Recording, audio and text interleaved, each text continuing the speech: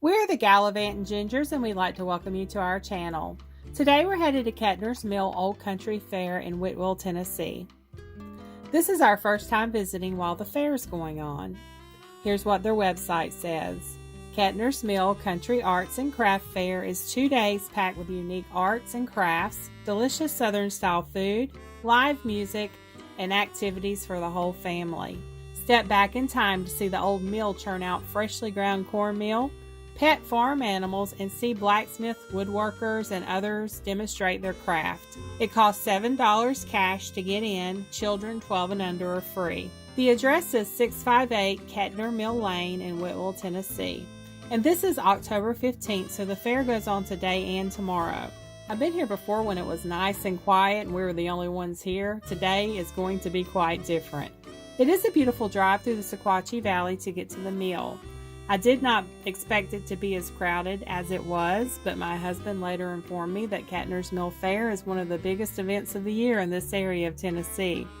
So we should have gotten here when they first opened at 9 a.m. instead of noon. It was my fault because I wanted to be at the Lodge Factory store when they first opened up, and I took forever in there looking at everything. So I later read that Ketner's is the premier country arts fair in East Tennessee. And it's the home of some of the best in arts and crafts, ranging from sculptures and paintings to pottery, hand-woven baskets to metal art and jewelry, woodworking, furniture, folk art, and a whole lot more. Each year they have more than 150 vendors share their creativity and talents with us through their products and demonstrations. And there's also 20 or more food vendors. The fair was established in 1977 by the late Frank W. McDonald to help preserve the historic mill. The fair is still run by descendants of Alexander Ketner, Frank S. McDonald, his sons Clay and Miles, and a wonderful group of friends and volunteers make it all come together. So as you can see, this little road is getting the traffic today. We ended up having to park in the back of a field. Kim wasn't too happy to have her new car driven through a field, but we are in the middle of nowhere, Tennessee. We had a long walk to the ticket booth, but at least we didn't have to stand in line long. They were fairly quick considering all the people pouring in. So as you can see, there are tents set up everywhere. I am going to come back when the fair isn't going on to show y'all the beauty of this old mill. There's too many people here today to really see the beauty of the mill. Water from the Sequatchie River powers the turbines that move the mill's giant millstones. The mill is running today, and I did buy some fresh cornmeal. The Ketners moved here in the early 1800s, and this mill dates back to, I think it was like 1824. When I do the actual mill video and I come back over here just to do the mill, I'll go through all of the history of the mill.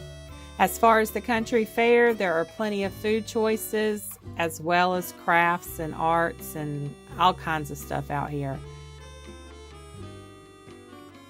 But this is definitely a good place to find a unique gift for Christmas.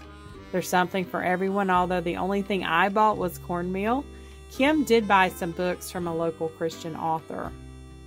And there was a mule that looked like he was on a treadmill. Kim actually mentioned it to me, and I didn't know what they were doing, but I didn't realize he was churning homemade ice cream until I saw this sign. When I zoomed in with my camera, I uploaded this to my computer, and I was like, oh, the mule was making ice cream. Now I wish I would have walked over there and checked it out.